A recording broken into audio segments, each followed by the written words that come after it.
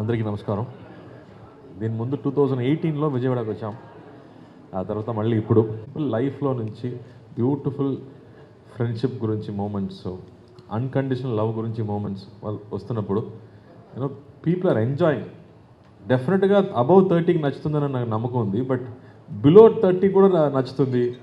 They are going and watching the film and saying next మా అమ్మ తీసుకెళ్ళిపోతున్నాను సినిమాకి అని చెప్తున్నారు. చాలా రోజుల తర్వాత ఇలాంటి సినిమా చూస్తున్నాను అని చెప్తున్నారు. ప్రెస్ వాళ్ళు హైదరాబాద్లో 15 years తర్వాత ఇలాంటి సినిమా చూస్తున్నాను అని చెప్తున్నారు. సో ఆ స్క్రిప్ట్ మా డైరెక్టర్ ఇచ్చినప్పుడు నాకు అంత ఆనందం వచ్చింది.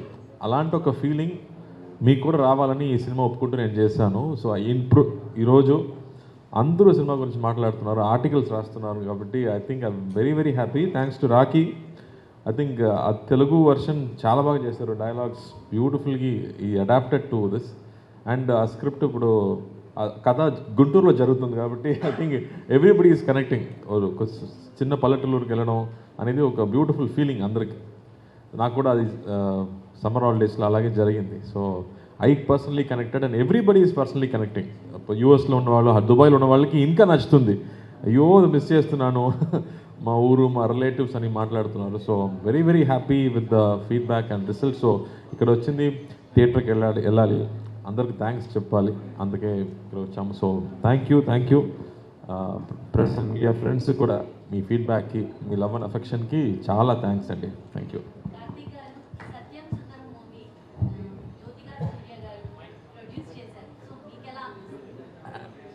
సో ఈ కథ విన్నప్పుడు నాకు అనిపించింది ఇది మామూలు సినిమా కాదు. It's what will work. It's a proper commercial film అయినా కూడా మామూలు విషయం లేదు.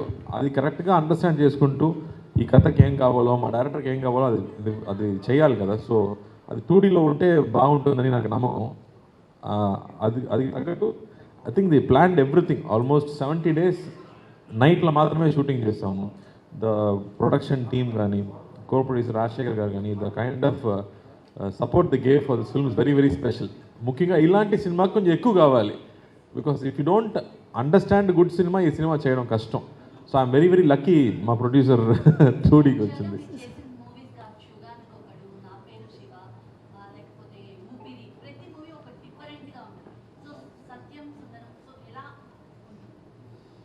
అదే నేను ఆలోచించింది. కె విశ్వనాథ్ గారు, పెద్దవంశీ గారు, బాలచంద్ర గారు, బాలమహేంద్ర గారు, కమల్ హాసన్ గారు, వీళ్ళందరికీ థ్యాంక్స్ చెప్పాలి. వాళ్ళు మనకు చూపించే సినిమాలు, సినిమాటిక్ మూమెంట్స్ ఉంది కదా, అదే ఇన్స్పిరేషన్ ఇలాంటి సినిమా చేయడానికి. So that way we have to thank our seniors who already gave these kind of beautiful films. ఏదో ఒక టైంలో ఒక సీడ్ మా మైండ్లో పెట్టారు కదా. డైరెక్టర్ గారు కూడా అదే చెప్తారు, ఫాసిల్ గారు. They put one seed in our mind and that is giving hour strength to do these kind of films. So Karthik గారు అరవింద్ స్వామి గారితో చేశారు, ఇక్కడ అరవింద్ స్వామి గారితో చేశారు. సో ఎక్స్పీరియన్స్ ఎలా ఉంది? అండ్ అతన్ని బావా బావా బావా అంటూనే ఉంటారు. సో ఇక్కడ జనరేషన్ బాగా కనెక్ట్ అయిపోయారు బావా వర్డ్కి అనేది. సో ఎలా అనిపిస్తుంది? ఎక్స్పీరియన్స్ ఏంటి? నేను సెట్లో ఆయన్ని సార్నే పిలుస్తున్నాను. ఈ సినిమా తర్వాత నేను కూడా ఆయన్ని బావా అని పిలిస్తే బెటర్గా అనిపిస్తున్నాను. సార్ దీంట్లో వీఆర్ వెరీ క్లోజ్ అండి. I think we both connected so well. I will finish the answer. Because మొత్తం నైట్లో జరుగుతుంది, ఇద్దరు మాత్రమే సినిమా మొత్తం. It's very very special. So ప్రతిరోజు ఈ సినిమా గురించి మాట్లాడడం, సిచ్యువేషన్స్ గురించి మాట్లాడడం, I think we enjoyed a lot doing it together and we both were in sync. We both knew this is special film, this is rare and you won't get it next year or after 5 years or 10 years అని we all felt it is very special. అందుకే ఈ సినిమాలో కొన్ని చిన్న చిన్న characters కూడా పెద్ద పెద్ద ఆర్టిస్ట్ చేశారు. I said no one scene it's okay, I want to do అని they all did it. So that's also respect to the writer but I think they all came and did it and made it very special.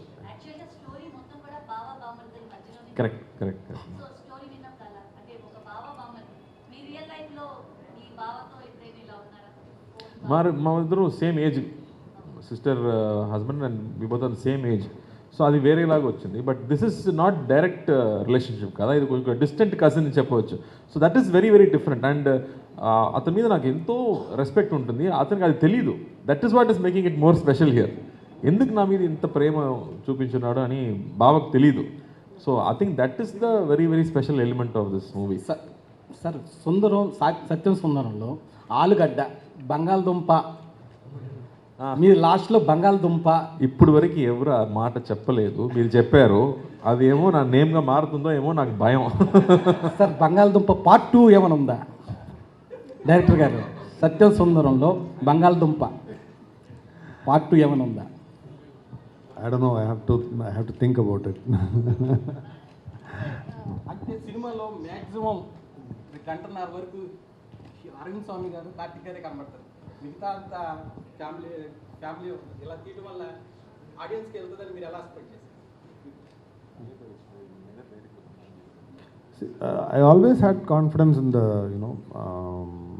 the way audience will receive it. I never had any doubt, because if it can engage me, it can engage the audience. So చాలా gap తర్వాత 96 తర్వాత movie తర్వాత చాలా gap తర్వాత సత్యం సుందరం తీశారు. So ఇంత gap తీసుకొని కార్తీ గారితో మూవీ చేయాలని ఎందుకు అనిపించింది? See, I had no other option. If Karthi sir didn't agree to this script, then I would have gone for some other script. I wouldn't have done this. So I didn't have any option for Karthi sir and Arvind sir. It was fixed. Satyam Sundaram story అనుకున్నప్పుడు ఈ character కి కార్తిక్ గారు, ఈ character కి అరవింద స్వామి అయితే బాగుంటుంది అనుకుని రాశారా, లేకపోతే రాసిన తర్వాత వీళ్ళిద్దరిని చూస్ చేసుకున్నారా? Okay. So initially it was written as a novel. So at that time I didn't have any plans to make this as a movie. I was planning to publish the novel. But once when I decided that I'm going to make it as a movie, then I decided. And the main reason is that character has to be innocent. It shouldn't perform like an innocent. Deep inside it has to be innocent. And he is a master of performing as an innocent, performing innocent characters. Actually ఎందుకంటే శివ గారి గురించే stories రాసిన సందర్భాలు కూడా ఉన్నాయి. So అందుకని ఈ సత్యం సుందరం కూడా శివ గారిని ఊహించుకొని రాశారా, ఆయన ఉంటే క్యారెక్టర్ ఉంటే బాగుంటుందని, లేకపోతే శివ ఎవరండి?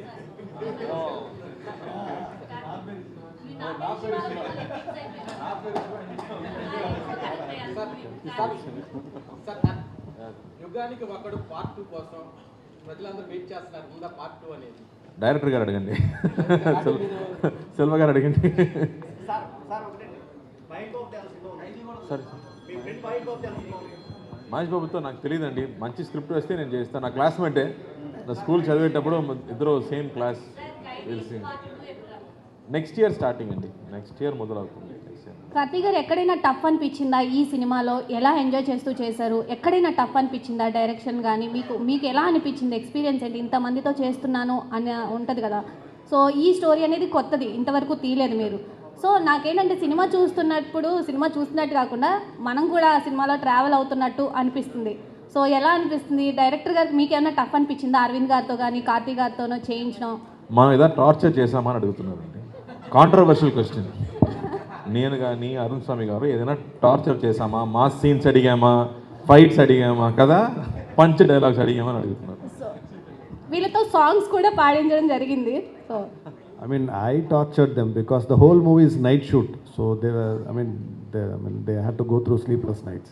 They didn't torture me. So Karthi గారు మీరు మంచి సింగర్ అని మాకు తెలుసు. సో ఈ మూవీలో కూడా చిన్న చిన్న సాంగ్స్ అక్కడక్కడ మాకు వినిపించారు మీ వాయిస్తో. ఇక్కడ ఏమన్నా మాకు చిన్న లైన్ ఏమన్నా వినిపిస్తే మేము వింటాం. అది చాలా కష్టపడాలి కదండి, మీరు చాలా dance- కష్టం సాంగ్ పాడి. మీరు సింగింగ్లో చాలా కష్టమని మేము అనుకోవట్లేదు. సో మా కోసం ఒక్క లైన్ ఏదైనా. మీరు చేసిన మూవీస్ పాడారు కదా. తెలుగు అంటే కొంచెం కష్టం అండి, అదే ప్రాబ్లం. కానీ తెలుగులోనే మీ వాయిస్ బాగుంటుంది కదా. లిరిక్స్ ఉంటేనే ఏదైనా.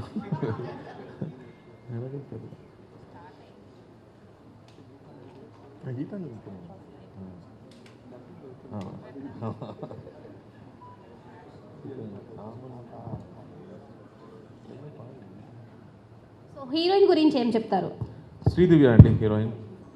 శ్రీదివ్య అందరూ అడుగుతుంది ఏ అమ్మాయి మూవీ చేయలేదు, ఏ రాలేదని చెప్పారు. ఐ థింక్ షీ సెడ్ మంచి స్క్రిప్ట్ కోసం వెయిటింగ్ అని చెప్పింది.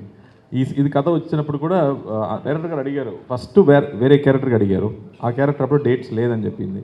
తర్వాత హీరోయిన్ క్యారెక్టర్కి అడిగేటప్పుడు షీ సెడ్ ఇట్స్ స్మాల్ క్యారెక్టరే but I want to do it అని చేసింది.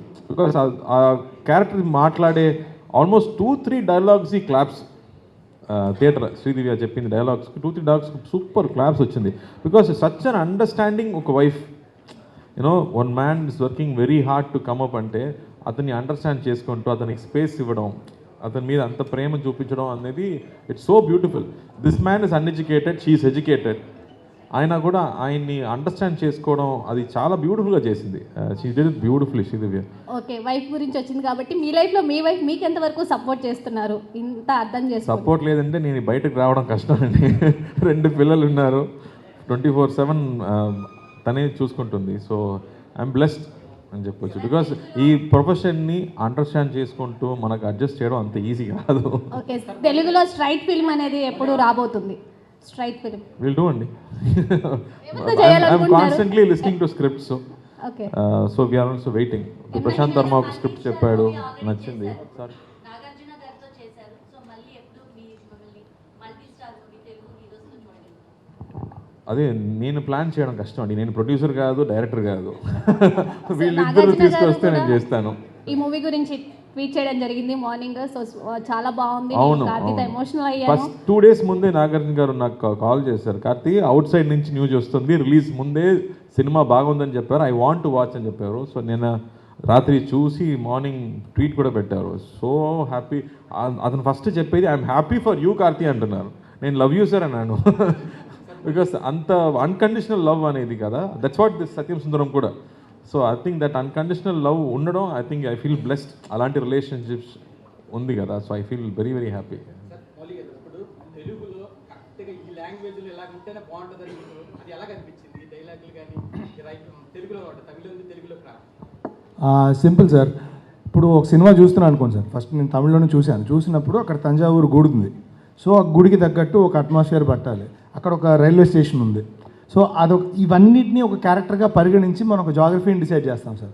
ఇప్పుడు ఇందులో గుంటూరు ప్రాంతంలో జరిగినట్టు గుంటూరు జంక్షన్ ఉంది కాబట్టి అక్కడ రైల్వే స్టేషన్, అక్కడి నుంచి అమరావతి దగ్గర కాబట్టి సో అక్కడ ఆ శివుడి గుడి ఏమో దానికి ఆపాదిస్తూ దాని తగ్గట్టు ఆయన బస్సులో ట్రావెల్ చేస్తూ వెళ్తారు. మీరు చూస్తే కనుక మొత్తం అన్ని పేర్లు గుంటూరు, విజయవాడ, కృష్ణా జిల్లా ఈ చుట్టుపక్కల ఉన్న ప్రాంతాలకు సంబంధించిన పేర్లన్నీ వాడడం జరిగింది. దానివల్ల ఏమవుతుంది, మనం తెలియకుండానే ఒక తెలుగు సినిమా చూస్తున్నాం అన్న ఫీలింగ్ ఫస్ట్ వచ్చేస్తుంది. ఆ మాండలికం ఎలాగో అక్కడ ఉన్న వాళ్ళు మాట్లాడుతుంటారు కాబట్టి మనకి ఒక పరిపూర్ణమైన తెలుగు సినిమాగా దీన్ని ప్రజెంట్ చేయాలని నా కోరిక. అందులో సినిమా థియేటర్లో కూడా మనకి నాకు చాలా ఇష్టమైన చిరంజీవి గారి సినిమానే పెట్టాను అందులో. సో కార్తీక్ గారికి కూడా ఇష్టం. సో అందుకే కలిసి ఒక రౌడీ అల్లుడు సినిమాలో ఒక పాట వచ్చేటట్టు అది కూడా పెట్టాను. సో అండ్ ఆయన వేసే స్టెప్ కూడా నేను చిరంజీవిలో కూడా డాన్స్ చేస్తానన్నాను. సో అవన్నీ కూడా థియేటర్లో చాలా వర్కౌట్ అయినాయి. అంటే వీటికి కారణం అదే, ఒక తెలుగు సినిమాని తెలుగు సినిమాగా ప్రజెంట్ చేయాలి, పేరుతో సహా సత్యం సుందరం అనే పేరుతో సహా ఒక తెలుగు సినిమాగా ప్రజెంట్ చేయాలన్న కోరిక సగటు ప్రేక్షకుడిగా నేనేం థియేటర్లో చూద్దాం అనుకున్నాను, అది రాశాను, అది చేశాను. Thank you. సాంగ్ పాడతానన్నారు ఇందాక. మీరు వదలలేరా? గుర్తుందండి, గుర్తుంది.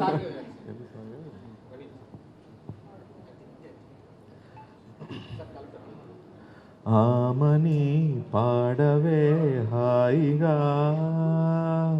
మూగవై పోకు ఈ వేళ, రాలేలి పూల రాగాలతో, పూసేలి పూల గంధాలతో, మంచు తాకి కోయిలే మౌనమాయిన వేళలే, ఆమని పాడవే హాయిగా. ఇండస్ట్రీకి మరో కొత్త సింగర్ వచ్చేసారు తెలుగు. ఎస్పీబీ గారు ఫ్యాన్ అండి, ఎస్పీబీ గారు ఫ్యాన్. ప్లేబ్యాక్ సింగర్ అని మాకు తెలుసు సార్, కానీ థ్యాంక్ యూ అండి, చాలా థ్యాంక్స్ అండి. మీ లవ్ అండ్ సపోర్ట్కి హృదయపూర్వకంగా థ్యాంక్స్ చెప్తున్నాను. సో అప్కమింగ్ ప్రాజెక్ట్స్ మీ నుండి ఇంకేం రాబోతున్నాయి? సో నెక్స్ట్ బాబాత్యారం ఒక సినిమా రెడీ, ఆ తర్వాత సర్దార్ 2 ఉంది, అండ్ దెన్ ఖైదీ 2 ఉంది. సో ఢిల్లీ, అదే మళ్ళీ బిర్యానీ తినాలి. థ్యాంక్ యూ అండి, థ్యాంక్ యూ. మొత్తం థియేటర్ వాళ్ళందరికీ నేను థ్యాంక్స్ చెప్పాలి. బికాస్ మామూలుగా ఇలాంటి సినిమా చూస్తారా అని నాకు ఒక డౌట్ వచ్చింది, బట్ ఆయన అంత కాన్ఫిడెంట్గా చెప్పారు తప్పకుండా ఇది తెలుగు ప్రేక్షకులు చూస్తారని. సో వాళ్ళందరికీ థ్యాంక్స్, నా ధన్యవాదాలు. Thank you.